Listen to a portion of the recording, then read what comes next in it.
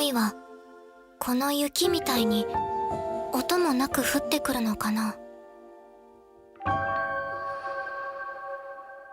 Hey everyone, Rascal here. And Mama, welcome to our channel, Paws On Animation, and our Paws On Manga segment. Today we're covering the manga titled A Sign of Affection. This relatively new manga centers around the slow burn romance between a deaf girl and a young man as they navigate how to better understand each other, not just through words, but through actions as well. And before we start, be sure to like, subscribe, and notifications for some future podcasts and little pause videos. Absolutely. I was really happy to hear that this particular manga is getting an anime coming out in 2024. And by the time of this podcast, it should already be out on Crunchyroll. At the time it was announced, they hadn't announced a dub cast. Right. So it's going to be subbed so far. I really, really loved this manga. I happened to see it on the shelf at the library. They had 4 volumes, 1 through 4. I picked them up, and I remember thinking the cover looked really pretty. And that's basically why I picked it up, because the cover looked pretty. Right. But once I read the first volume, I personally was ready to read more. It's in the genre of drama and romance. And it was obvious it was a romance from the first volume. I thought it had some interesting characters the more I read through it. And it didn't seem to be cookie cutter to me. Right. So I recommended the Rascal read it. So maybe you can read the back cover for them so they know exactly what it's about. Alrighty. So it says here on the first volume, Yuki, who always has been deaf, is used to communicating with sign language in her phone, but she's not used to English. So when a tourist from overseas asks for directions, she nearly panics until a handsome stranger steps in to help. Oh, sounds like a lot of movies. His name is Itsuomi, I think I'm pronouncing it correctly. And it turns out he's a friend of a friend. A charismatic globetrotter, Itsuomi speaks 3 languages, but he's never had a deaf friend. The two feel drawn to each other and plan a date on a romantic winter's night. But Yuki's friend is afraid that she might be setting herself up to get hurt. Could this be something real? Or these feelings melt away with the snow? It was fun. At the same time, you were learning more about how she was navigating through school and different things. And he was the least likely person they thought that not only she would end up with, but she was the least likely person they thought he would end up with. And it was odd when you were reading it because it was obvious that the friends and the people surrounding them didn't think they would ever end up together. As you mentioned, I'm just going to call him Nagi. Nagi was popular. All the girls wanted him. He is a seasoned traveler. He travels all the time, taking little trips almost every week or every other week. And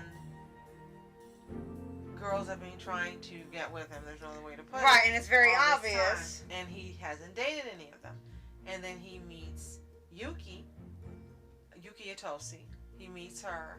And, of course, true to shoujo, he falls for her rather than all the other girls that have been chasing him. And she likes him. She's really nervous. She doesn't know if he is going to understand her, if she's going to be able to convey her feelings and talk to him in a way that he will understand her and like her.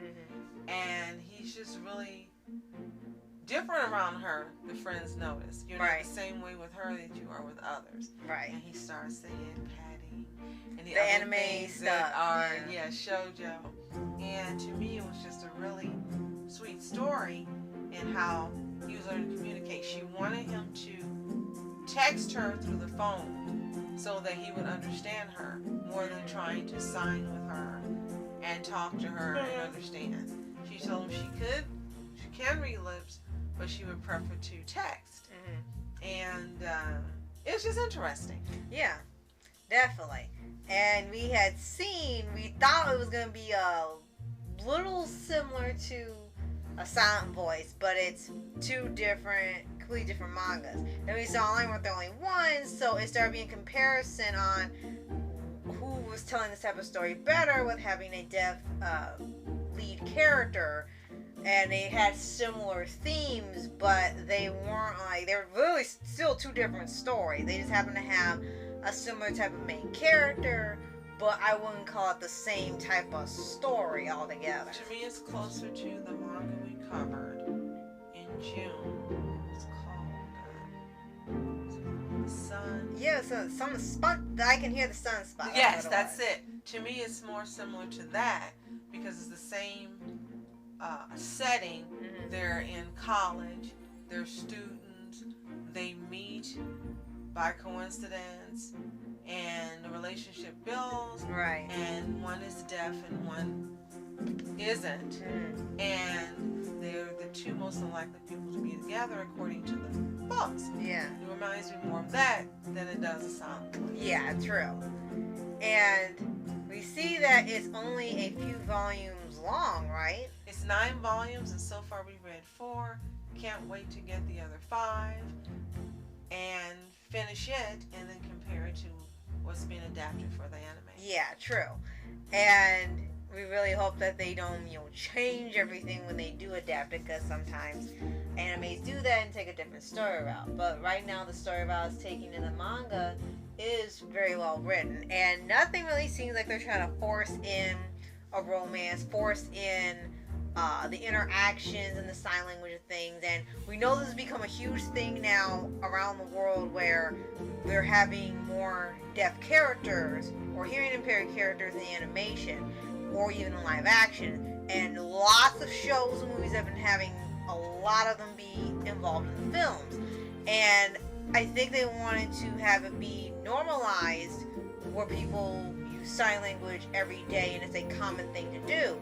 Though we don't see it as much as they portray it, but this is more or less of a more natural way of doing it, rather than you're watching a show and all of a sudden, oh, someone's sign languaging and you better know what they're saying because they're not going to translate it for you.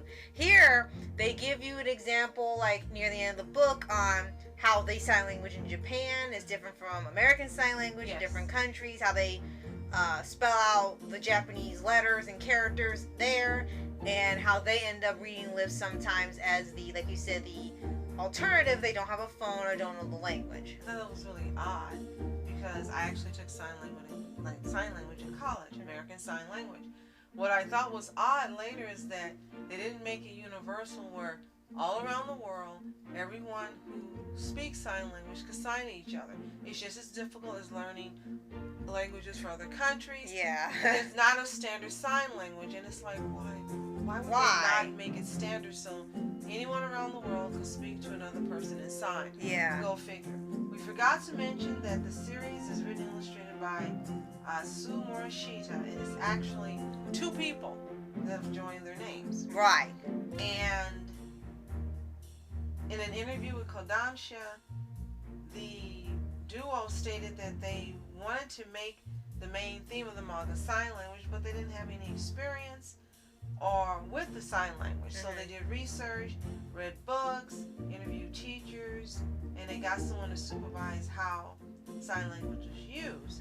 And when it came to the art, they decided to use Copic multi-liner brown markers for the outlines because they felt it would give it a soft and delicate style, which it absolutely did. So they took an idea and ran with it. It wasn't something they had experience with, but clearly they have resonated with audience and readers because it's become really popular. And as I said, I loved it from the first volume. So somehow they made a manga about something they weren't familiar with, but made it lovable and connect with readers and audiences around the world, which is pretty neat. Yes. And hopefully when the anime comes out, not only will it be exciting for the fans who have read the original book, but it'll get more people who've never heard of it to check it out and go read the manga, get attention for both mediums. Right. By this time, it's already out. Yeah. It came out January 6th. And if you've seen the anime, let us know in the comments below. But most of all, if you've already read the manga, whether it's read the manga, sorry. Mhm. If it's some volumes or all of it, let us know what you think in the comments below. Did you love it? Did you think it was mid, as some people say? Or did you think it was just something that was average?